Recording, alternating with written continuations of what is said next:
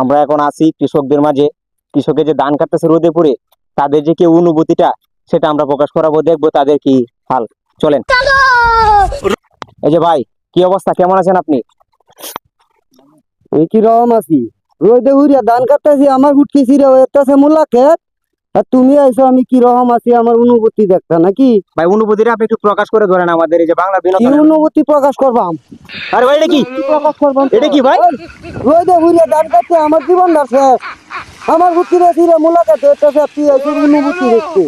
ভাই ভাই, আমার কিন্তু অসম্মান করতেছেন ভাই টিভির সামনে। ও দরকাছি, কে রে ভাই?